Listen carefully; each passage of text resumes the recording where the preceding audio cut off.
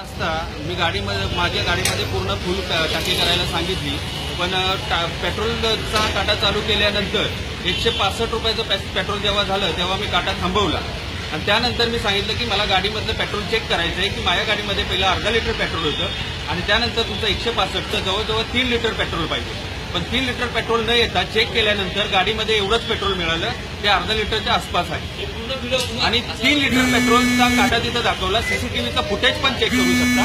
तिथल्या कर्मचाऱ्यांना जेव्हा मी विचारलं की तुम्हाला चेक करायचं आहे तर मला त्यांनी या सांगितलं की तुम्ही इश्यू वाढवू नका, तुमच्या गाडीमध्ये पाहिजे तर आपण पुढच्या ह्याच्यावर मशीनवरती जावा, पूर्ण फुकटमध्ये पेट्रोल टाकून देतो, पण तुम्ही इथे इश्यू करू नका.